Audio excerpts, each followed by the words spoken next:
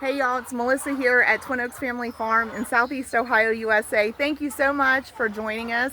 Welcome to our channel. Welcome to our home place. We're really happy that you're here. It's March 31st, 2025, and I want to give you a little preview of a project that we just recently started and got to a finishing point. We're going to be doing more of this project in the near future, and we'll do some more videos on it, giving you more of the details.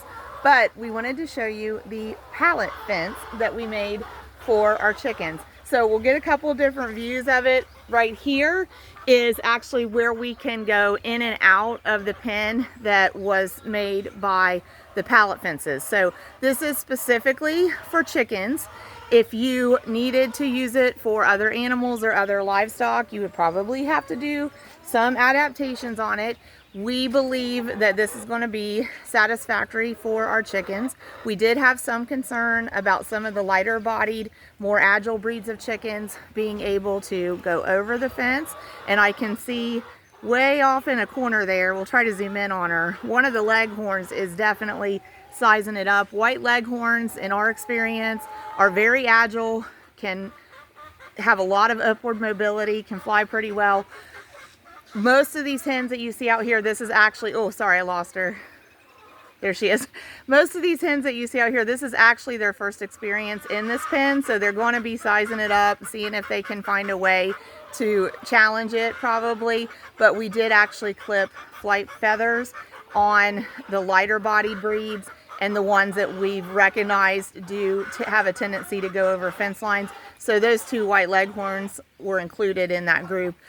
We just clipped flight feathers, which amounts to basically like a haircut, a hair trim, okay? Now our heavier bodied breeds like the Rhode Island Reds, Production Reds, we've got some Orpingtons, we've got an Australorp. We're not concerned about them going over the fence. We also have some, you can't see her, but actually behind the water, one of our gray hens, Easter eggers, Americanas, some of them like to roost up really high. So we know that they can't, like this gal closest to us, the gray feathered one there. So we know that they have upward mobility too. So they would have had their flight feathers clipped as well. But this little enclosure, I don't have dimensions on it for you. It has to be, I would say, let's see, 8 and 8. These coops are 8 foot. These are 40 inches, so 120 inches there. So that's about 10 foot, right? So 8, 16, 26, and there's a little bit more. I think there's a couple pallets out to the left of this coop right here. So that would be almost another 8 foot. So 16, 24. So about 34, maybe 34 to 40 foot left to right as we're looking at it. And then about the same. It's really about a square. So this dimensions here for the pen is probably about 40 foot by 40 foot because we used these two coops as part of the barrier. We only needed about 38 pallets total to do this.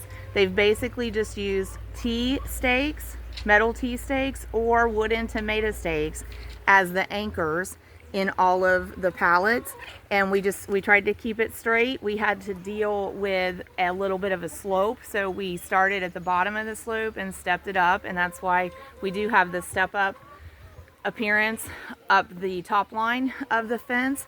But overall, we're satisfied with this, and what's cool is we didn't have any money out of pocket in this. So pallets, you know, you might have pallets laying around, or you might have business friends that receive freight or inventory on pallets that you could talk to them and ask them if you could buy the pallets from them on the cheap. They might even reply with, you know what, if you'll come and pick them up and get them out of here, we'll give them to you.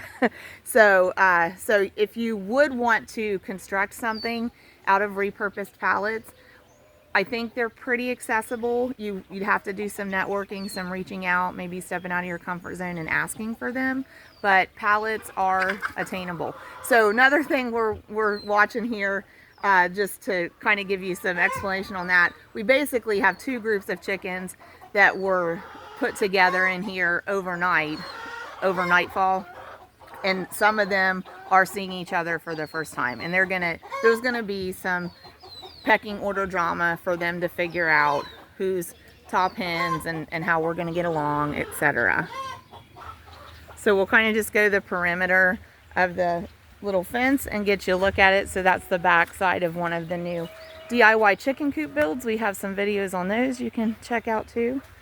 So we'll do a video with a little more information on the how-to of how the pallet fence was built.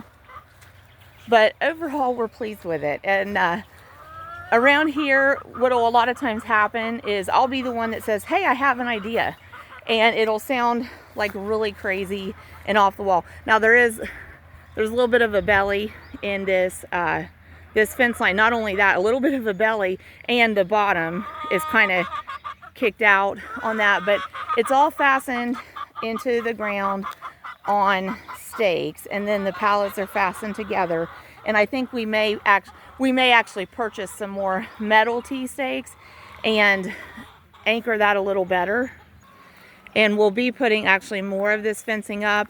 We'll leave this length of it that's right in front of us going down the corner at the chicken coop, but then we'll be extending some more fencing out this way, probably over to where those hardware mesh spools are, and we'll corner it down there to go into that last hen house, and then a gateway in between those first two hen houses so we can get into this pen, and that'll give us a separate area. And we might actually run another line of pallet fence or fencing in the middle of this one to kind of split this pen actually into two pens if we want to do that. But the chickens are doing well in it. Numbers wise, there are about 50 hens in this area between these two hen houses, a little higher number than what we really want in the floor space of the coops, and a little higher number than what we really want on this amount of ground. But right now, this is what we have to work with, and we're not ready to rehome or move any hens on just yet. And we need to get this one done because we actually have about 36 Rhode Island Reds over there that we want to move out of there and get over here. So we'll have this pen for them, and they'll be kept as their own group. But little pallet fence, we're going to build more of it. We'll have the guys tell us more about how it's built.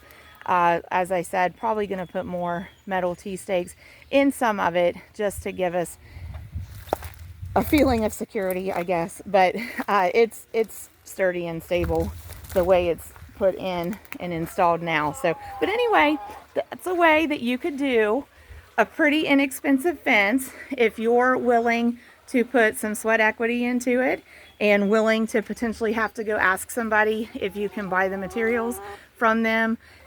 Or if you can't afford the expensive materials, you could ask them if they can spare the pallets and give them to you. Because a lot of times it does help a business to just have them collected and removed from their premises. So anyway, we wanted to give you a preview at the pallet fence. Thanks y'all for supporting the channel. So coming up this week, we will have some more videos on the meat chickens, more videos on these egg chickens, more videos on the fence and the coops, and we'll also be sharing some fun news about our channel that we're really excited about, and that is all because of the watch hours and the views and the viewer support.